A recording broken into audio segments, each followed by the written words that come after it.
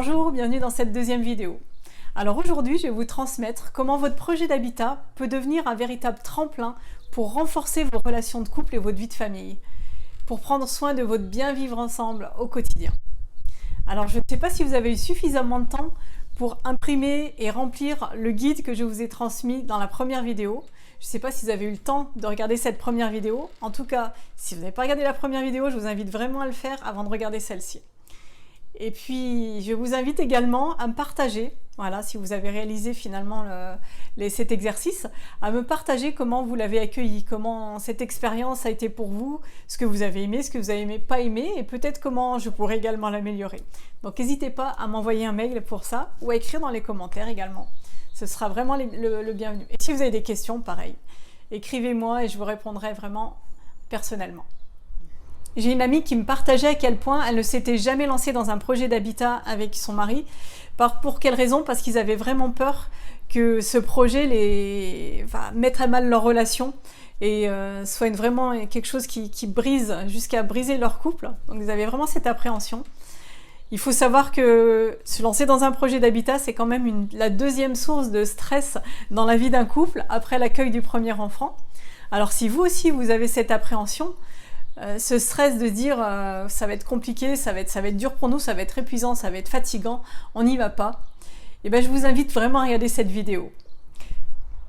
Alors imaginez si au contraire, ce projet d'habitat était l'occasion de vous rapprocher des vôtres, de partager des temps de couple, des temps de famille qui vous permettent de véritables temps d'écoute, de partage, de complicité. Ça vous intéresse? Et bien c'est ce que je vous propose d'expérimenter en vous partageant un nouveau guide que j'utilise avec mes clients. Et oui, réaliser le projet de ses rêves peut être une merveilleuse aventure dès lors que l'on prend soin des relations tout au long du projet. Dès lors qu'on se sert de ce projet pour construire un nouveau foyer familial. Alors il y a le temps du projet, le temps de la conception et de la réalisation, tous les travaux. Et puis il y a le temps où ça y est, vous avez enfin pris possession des lieux, vous habitez dans votre nouvel lieu de vie. Et là encore, l'habitat va avoir un énorme impact sur vos relations quotidiennes. L'environnement va en effet soit faciliter, soit compliquer votre vie et votre quotidien, votre bien vivre ensemble. Par exemple, un logement toujours en bazar parce qu'il manque des rangements. Une maison où il y a sans arrêt beaucoup de bruit, ou quand on cherche à se reposer dans sa chambre, on entend les enfants qui jouent dans la pièce à côté. Une maison où il manque de la place, où on n'a pas d'espace à soi, rien qu'à soi, alors qu'on en aurait vraiment besoin pour se concentrer en toute tranquillité. Et tous ces aspects-là, à la longue, peuvent devenir vraiment exaspérants et démoralisants. Vous les vivez peut-être déjà dans votre habitat actuel. En tout cas, c'est des aspects auxquels il faut penser dans votre prochain habitat. Voilà, tout cela pour vous dire qu'un habitat mal conçu peut véritablement engendrer des tensions et des conflits et se répercuter au fil des jours, des années, même des décennies. Alors comment ne pas tomber dans ce même scénario? Comment éviter de vous retrouver propriétaire d'un lieu qui perturbe et qui déséquilibre vos relations et votre bien-être quotidien? Alors encore là, c'est au tout début de votre projet qu'il faut intervenir. Changer d'habitat, c'est véritablement l'occasion de prendre du recul et de regarder là où vous habitez déjà aujourd'hui. De faire le point sur les aménagements adéquats, inadéquats, les bonnes habitudes ou les mauvaises habitudes que vous avez prises dans ce lieu, pour voir si vous souhaitez les reproduire ou pas. Prendre le temps de vous interroger sur ce que j'appelle votre vivre ensemble. Et ça va vous permettre de trouver comment votre futur lieu de vie va pouvoir prendre soin de l'harmonie et de la stabilité dans votre couple et dans votre vie de famille. Comme pour la première vidéo, je vais vous partager un guide que j'utilise avec mes clients. Il s'agit cette fois-ci d'organiser un temps d'échange en famille, ce que j'appelle un TEF projet. TEF projet. Allons-y, je vous partage le PDF et je vous le lis pour voir comment vous guider pas à pas vers cette nouvelle expérience. Nous voilà donc sur le PDF avec la première page, prendre soin du vivre ensemble, le temps d'échange en famille en mode notre chez nous, avec pour objectif de faire le point sur notre mode de vie et profiter de cette occasion pour prendre soin de notre relation. On va voir tour à tour d'abord l'organisation et puis ensuite on verra le déroulé. Alors, comment est-ce que vous allez organiser tout ça? Ce que je vous propose de faire pas à pas, c'est d'abord d'informer, de proposer à tout le monde un petit temps sympathique en famille pour parler de votre chez vous et puis si les enfants sont pas trop petits, de votre futur habitat. J'aime bien préciser parce que le projet, souvent, c'est du long terme et donc attendre pendant 1 an, c'est long pour un petit bout, et puis pour vous aussi parce que tous les matins, c'est quand on change de maison, c'est un peu long. Donc voilà, c'est à vous de jauger tout ça. Dites en tout cas à tout le monde qu'il est important pour vous qu'ils puissent s'exprimer sur leurs besoins et leurs attentes. Et puis vous présentez ce temps comme un temps de jeu pour les enfants. Ensuite, vous allez planifier. Donc prévoyez un jour et une horaire où vous ne serez pas trop pressé par le temps, ni fatigué de votre journée. Et en fonction du moment de la journée, vous allez rigoler, vous allez préparer tout d'abord de quoi vous régaler, parce que ça va aider à donner le sourire à tout le monde. C'est toujours plus sympa d'avoir un petit truc à grignoter, ça fait tout de suite plus festif. Sortez vos feutres de couleur et puis vos post-it. Et puis avec pourquoi pas une couleur pour chacun ou bien des petits papiers. Si vous n'avez pas de post-it, vous prenez des petits papiers et puis de la pâte à fixe pour coller au mur. Voilà, des pastilles adhésives repositionnables puisqu'on va coller tous ces petits papiers sur un mur. Et donc vous choisissez un mur qui soit proche de votre lieu de réunion et suffisamment grand pour coller et regrouper entre eux les post-it par thématique. Vous pouvez utiliser un bâton de parole. La règle est que seul celui qui le tient, le bâton, a le droit de parler. C'est un objet qui est utilisé dans les traditions amérindiennes et qui passe de main en main lors d'une réunion. Ça marche très bien. N'importe quel objet de la maison qui ressemble à un bâton fera bien l'affaire. Passons à la page d'après. Deuxième page, le déroulé de la réunion. Donc par quoi est-ce qu'on commence cette réunion? Alors des fois on appelle ça un temps d'ancrage pour ceux qui sont habitués à ce genre de réunion et puis à la méditation, vous savez ce que c'est. En tout cas, l'idée c'est de fermer les yeux, histoire de se poser et d'être bien présent parce que quand on arrive et qu'on est en train de faire autre chose, hop, on n'enchaîne pas tout de suite, on se prend juste un petit temps de pause. Voilà, pour ceux qui ont envie de le faire, c'est sympa. Et puis ensuite, on poursuit avec un petit tour de météo, un météo rapide. Donc au commencement, vous pouvez faire un tour de météo pour que chacun puisse dire un petit peu comment il se sent, voilà, avant de commencer cette réunion. Et puis voilà, on expérimente aussi le bâton de parole si c'est la première fois, on voit comment la parole fonctionne. Et puis voilà, donc que ce soit pas trop long, 3-4 minutes, ça doit être largement suffisant pour tout le monde, pour que tout le monde parle. Et puis ensuite, vous allez poursuivre en répartissant des rôles. Ça, c'est le genre de choses que les enfants adorent. Donc, je vous propose de nommer un animateur, alors que ce soit vous ou une autre personne qui soit au courant des règles de la réunion. Ensuite, vous allez nommer un gardien du temps. Donc, vous fixez ensemble l'heure à laquelle il vous semble correct de terminer l'échange. Et ça, c'est super important. Voilà, parce que tout le monde est d'accord sur le temps où on finit, on souffle pas en disant qu'on sait que ça termine, enfin normalement ça devrait pas le faire, puisque chacun a dit à l'heure qui lui semblait correcte, pour que ce soit pas trop long pour lui. Et puis le gardien du temps va donc veiller à lancer un rappel 15 minutes avant l'heure de fin de réunion, celle qui était définie au début. Et ça, en général, les enfants aiment bien prendre ce rôle. Ça dépend de l'âge, bien sûr. Un script, donc le script lui va noter sur les post-it si les enfants sont trop petits pour écrire et puis aussi pour organiser les post-it au mur. Voilà, vous aurez le choix. Un script, pas de script, les deux fonctionnent. Ensuite, on va pouvoir passer vraiment aux échanges. Donc une fois que tous ces préparatifs et le mode de fonctionnement est fixé, vous pouvez poser la première question ou même l'écrire sur une grande feuille et l'afficher au mur. Voici donc cette première question à laquelle chacun va répondre. Qu'est-ce qui fonctionne bien chez nous? Qu'est-ce que tu aimes dans notre aménagement et dans l'organisation des pièces? Vous pouvez tourner la phrase plus simplement pour les enfants. Qu'est-ce que tu aimes bien dans notre maison? Donc une fois que la question est posée, voilà, on fait un temps de silence de façon à ce que tout le monde puisse réfléchir.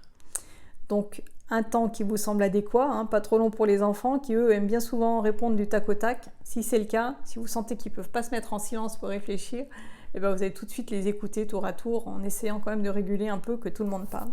Bref, mais si tout le monde veut bien prendre ce temps-là en silence, pareil, 3-4 minutes, donc va réfléchir et puis ensuite il va prendre des notes. Donc chacun va noter sur son post-it l'idée la plus importante pour lui et il la résume en 2 ou 3 mots. Donc l'idée c'est de mettre 2-3 mots sur le post-it et puis après d'exprimer son idée, cette fois-ci avec des grandes phrases voilà, qui disent tout ce qui passionne. Mais l'idée c'est vraiment mettre la thématique sur ce post-it. Donc, chacun va expliquer ensuite, une fois qu'il a bien pris ses notes. Si c'est un enfant, on fait différemment, qui est trop petit pour écrire, on fait différemment. Ensuite, donc, chacun explique à tour de rôle son idée en faisant tourner le bâton de parole. Donc, comme j'ai dit, si les enfants sont trop jeunes ou ne souhaitent pas écrire, laissez-les expliquer directement leur idée et le script la résumera en l'écrivant sur le post-it. L'important, c'est qu'à chaque fois qu'un d'entre vous parle, c'est de ne faire aucun commentaire et de ne pas juger ce que l'autre dit. Donc ça, c'est vraiment des règles à bien donner aussi au tout début. Chacun doit être dans une écoute empathique et non pas emphatique comme je l'ai écrit, à corriger. Alors au niveau ensuite, une fois que tout le monde s'est bien exprimé, vous allez afficher le post-it sur le mur et au fur et à mesure des interventions. Donc soit la personne va poser son post-it et puis du coup, étant debout, il peut s'exprimer et parler à tout le monde son idée, ou bien c'est le script qui va poser tout ça et organiser par thématique, puisqu'il faut rassembler les post-it par thématique. Et puis vous continuez ainsi à tour de rôle jusqu'à ce que tout le monde se soit exprimé. Une fois que tout le monde a été entendu, si vous sentez que c'est suffisant pour les petits loulous, qu'il vaut mieux s'en tenir là, vous terminez la réunion en les remerciant, en célébrant un petit peu cette réunion, et puis en demandant comment chacun se sent en cette fin de réunion, et surtout s'ils ont envie d'en refaire une autre, de refaire un autre temps d'échange en famille plus tard. Donc voilà, c'est vraiment important cette première réunion de tout faire pour que ça se passe bien. Mais bon, sans mettre trop de la pression non plus, voilà. Bref, s'ils sont partants pour en refaire une et que ça a bien fonctionné, eh ben vous pouvez programmer tout de suite la date et l'heure. Voilà, donc si vous avez fait le choix d'arrêter la réunion, vous prenez en photo les post-it. Ce sont des témoignages qui vous vont servir d'argument pour exprimer ce à quoi devra répondre votre futur habitat. Vous pouvez transformer ce temps d'échange en famille en rituel et puis avancer un pas de plus à chaque fois. Je vous donne par la suite les autres questions auxquelles vous pourrez répondre aux prochaines réunions. Quoi qu'il en soit, ces temps de partage en famille, s'ils deviennent récurrents, sont un outil idéal pour transmettre de belles aptitudes à vos enfants. Ils développeront au fil des échanges des compétences comme le respect, l'écoute, la recherche de solutions. Et puis si vous décidez de poursuivre, si vous sentez que vous avez encore du temps et que tout le monde est partant, vous lancez alors plusieurs tours de table jusqu'à ce que le sujet soit exprimé, jusqu'à ce que chacun ait exprimé toutes les idées qui lui passaient par la tête. Alors quand je parle de tour de table, ce n'est pas forcément dans l'ordre de votre positionnement. Comme je l'ai dit tout à l'heure, si vous sentez que la parole passe bien, chacun peut lever la main quand il le souhaite et puis s'exprimer en prenant le bâton de parole pour dire son idée. Vous aurez alors là une belle carte de post-it qui représente tout ce que vous aurez à conserver dans votre futur habitat. Regroupez-les bien par thématique et par idée. Ensuite, en fonction du temps qui va vous rester, vous pouvez enchaîner sur les 2 autres questions pour emmener le résultat encore plus loin.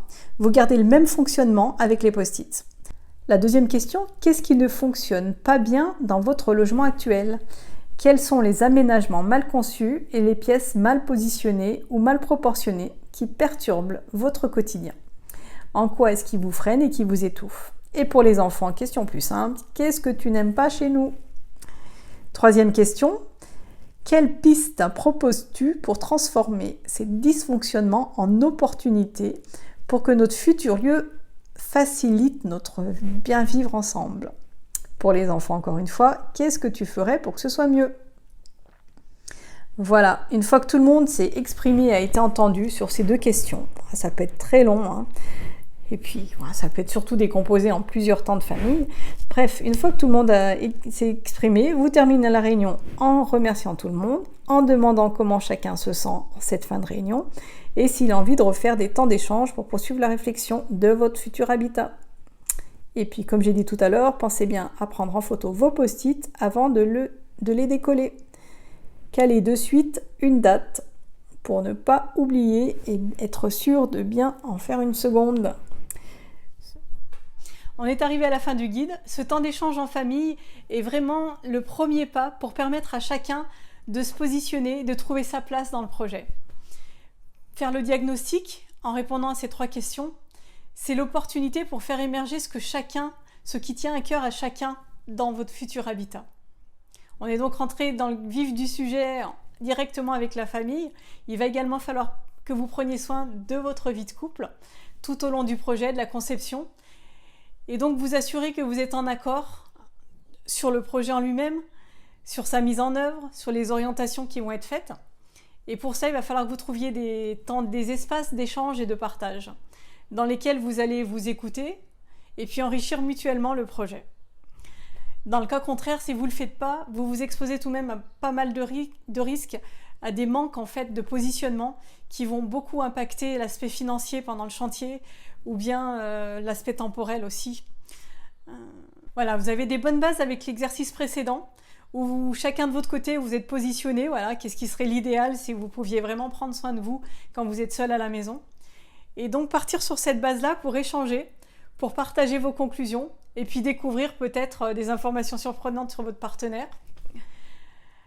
Ces temps d'échange également vont vous permettre d'ouvrir la discussion avec plus de facilité et de plaisir et pas seulement de parler de sujets techniques et financiers.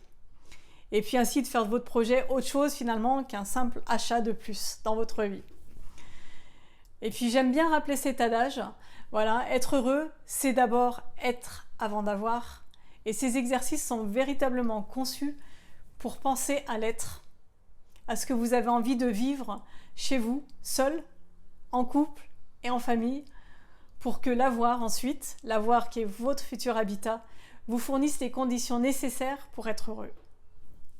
Donc Cynthia, que j'ai accompagnée avec Xavier pour la réhabilitation d'un ancien bâtiment, explique bien comment elle a vécu ces temps d'échange et de partage en couple qui leur a permis de confronter leurs envies. Voilà ce qu'elle dit. Nous avons pu réfléchir séparément à ce projet pour percevoir quelles étaient nos envies communes et nos éventuelles divergences. On est ainsi tous les deux dans la réflexion des plans et non seulement celui du couple qui a la meilleure projection sur telle ou telle partie du projet.